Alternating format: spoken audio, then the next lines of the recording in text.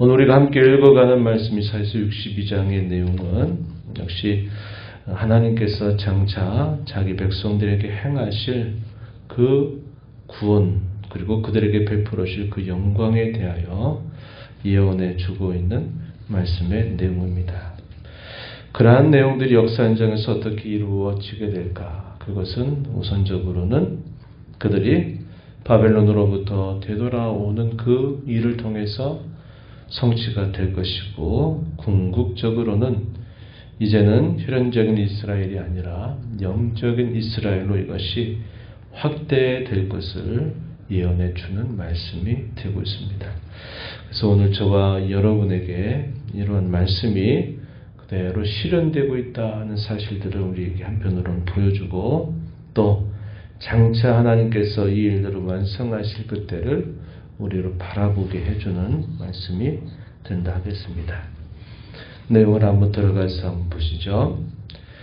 1절 말씀을 가서 보시면, 나는 시온의 의가 빛같이 예루살렘의 구원이 햇불같이 나타나도록 시온을 위하여 잠잠하지 않을 것이다. 예루살렘을 위하여 쉬지 아니할 것이다. 이렇게 표현했습니다. 시온의 의로움을 위하여, 예루살렘의 구원을 위하여 하나님은 잠잠하지 않으시며 쉬지 아니하실 것이다. 이렇게 표현을 해줍니다.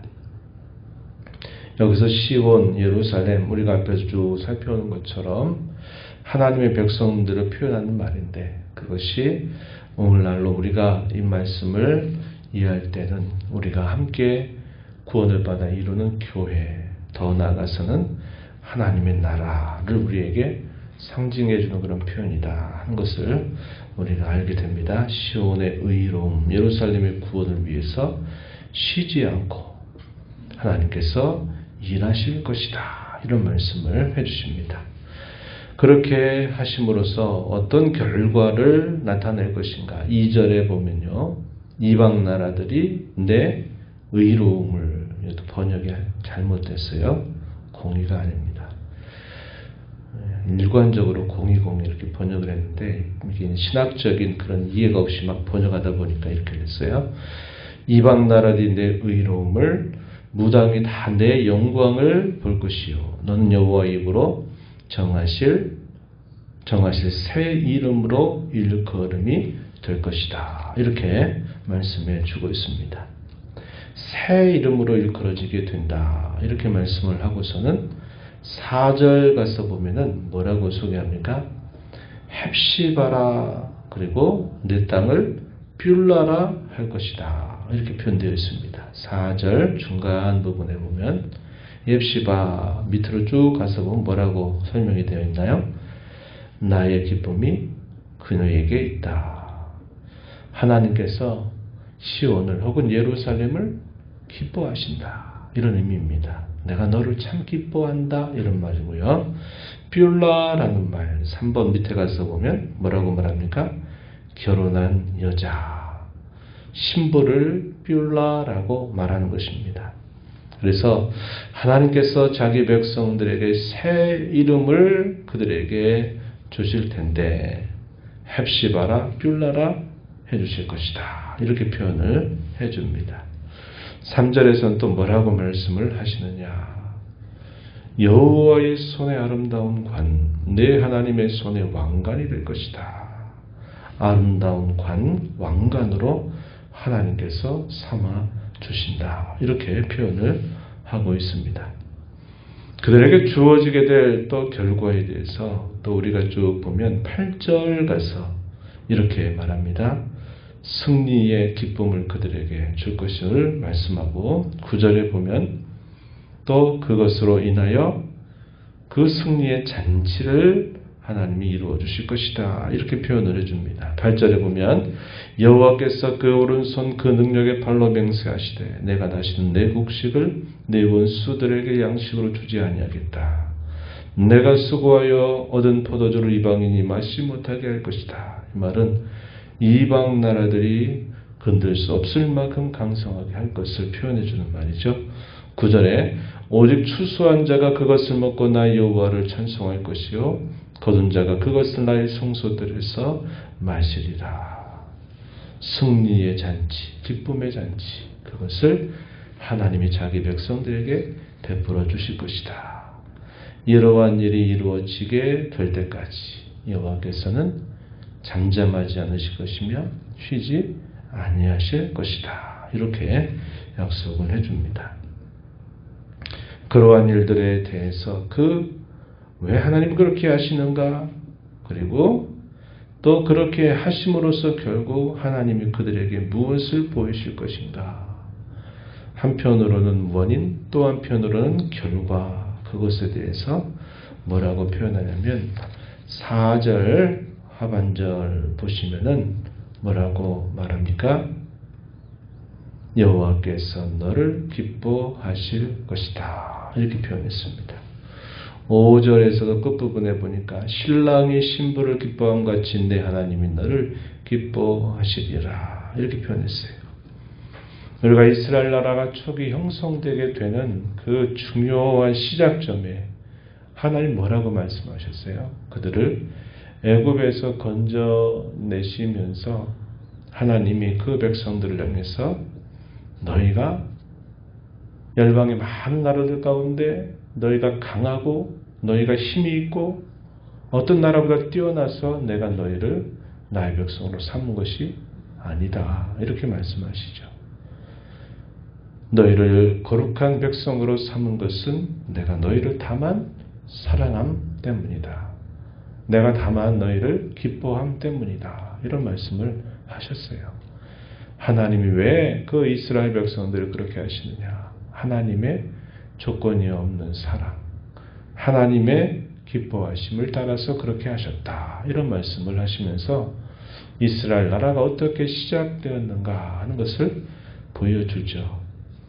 여기 우리가 읽은 말씀 4절과 5절 하반절에서 뭐라고 말합니까? 결과적으로도 하나님이 너를 기뻐하신다. 너를 기뻐하신다. 이런 말씀을 하시는 거예요. 원인에 있어서도 하나님이 이스라엘을 기뻐하신다. 그 결과에 있어서도 역시 하나님은 이스라엘을 기뻐하실 것이다. 이렇게 표현하는 겁니다. 오늘날 누구를 향한 말씀이 되기도 합니까?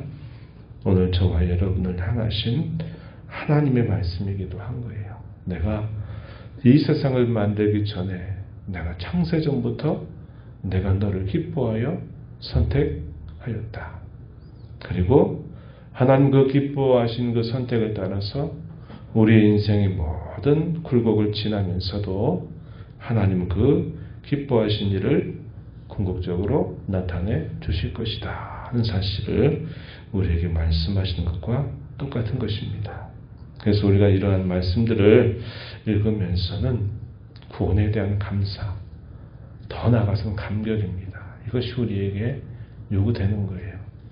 내가 과연 무엇이기에, 내가 과연 하나님 앞에 어떠한 존재이기에, 내가 인생을 살면서 하나님 앞에 내가 무엇을 도대체 했다 하기에 하나님이 나 같은 사람을 이렇게 기뻐하시는가? 나 같은 사람 그렇게 기뻐하셔서 우리를 향해서, 나를 향해서 헵시바라 이렇게 부르시는가에 대한 그런 감사. 이 감사가 더 커지면 감격이죠. 이런 감사와 감격을 가지고 우리는 주님을 섬기고 사랑하는 자로 살아가야 됨을 배우게 된 것입니다. 이러한 일들을 위해서 하나님의 역사 현장 속에서 어떤 일을 준비시키시는가? 파수꾼을 세우시는 일을 하셨어요. 6절과 7절 말씀을 보시면 예루살렘이여 내가 너의 성벽 위에 파수꾼을 세우고 그들로 하여금 주야로 계속 잠잠하지 않게 하였느니라. 너희 여호와로 기억하시게 하는 자들아 너희는 쉬지 말아라. 또 여호와께서 예루살렘을 세워 세상에서 찬송을 받게 하시기까지 그로 쉬지 못하시게 하라.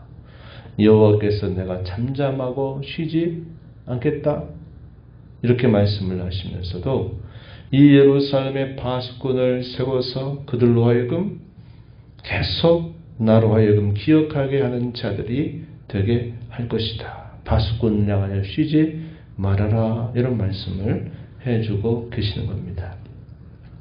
이 파수꾼의 한 역할이 뭐예요?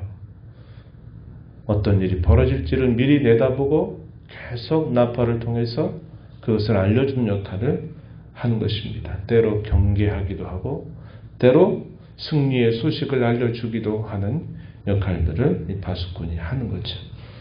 하나님께서 세우신 말씀의 종들, 하나님께서 세우신 종교 지도자들, 그러한 자들이 일차적인 대상이 되겠죠. 파수꾼의 사명입니다. 그러나 여기서 이 파수꾼들이 하는 역할들, 여호와로 잠잠하지 않도록 쉬지 못하시게 하라, 이런 표현이 뭘 우리에게 가르쳐 줄까요? 하나님께서 약속하신 것을, 하나님 말씀하신 것을 이루어 달라고 계속 구하는 겁니다. 가장 대표적인 게 뭘까요? 기도하는 겁니다. 하나님, 저희에게 이렇게 말씀하셨으니 이 일을 속히 저희에게 이루어 주옵소서.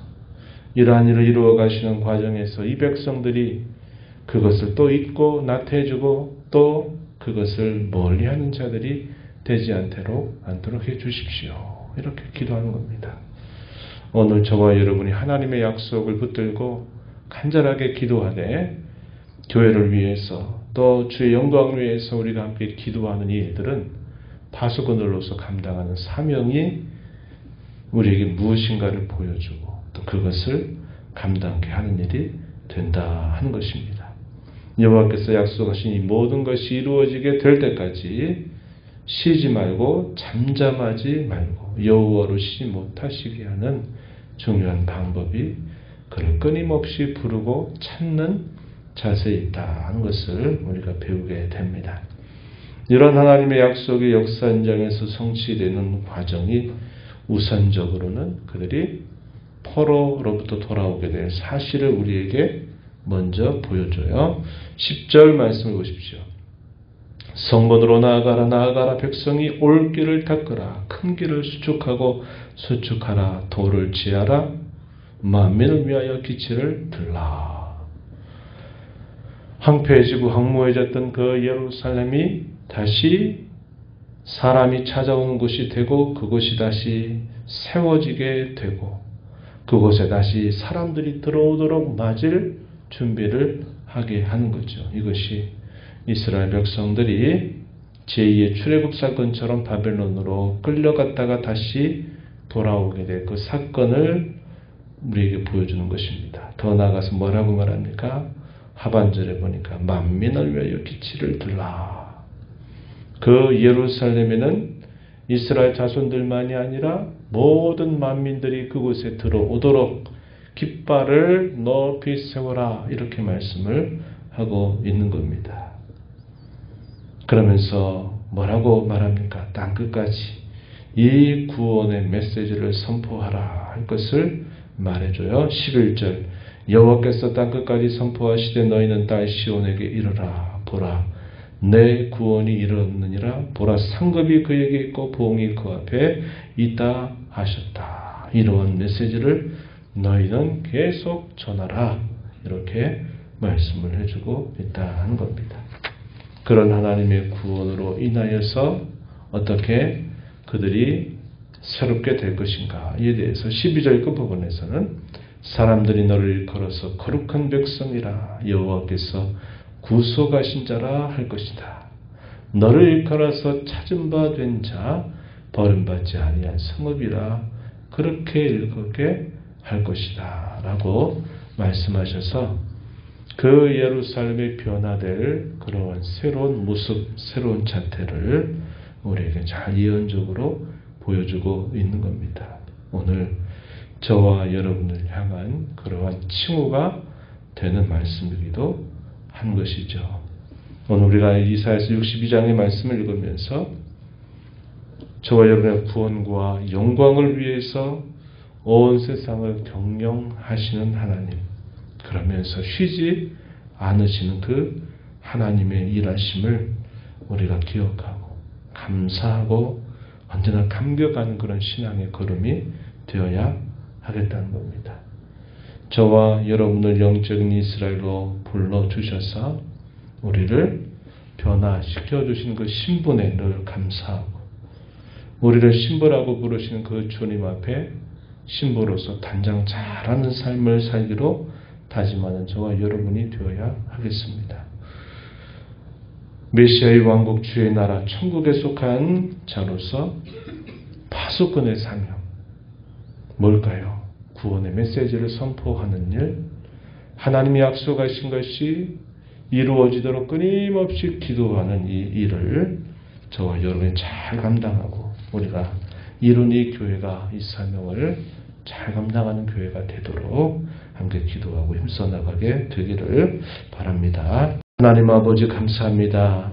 또 저희에게 새로운 한 달을 열어주셔서 또 새 마음으로 이 한 달을 기대하며 또 시작하도록 저희들을 인도하시고 새벽을 깨워서 아버지 앞에 나와서 또 하나님의 말씀을 통하여 보잘것없고 곤비하고 연약한 저희 인생들을 값지게 하신 하나님의 귀한 말씀을 또다시 들려주심으로 저희들이 소망을 갖게 하시고 또 저희들이 기쁨을 가지고 저희의 장래를 내다보며 살 수 있도록 하심을 감사드립니다.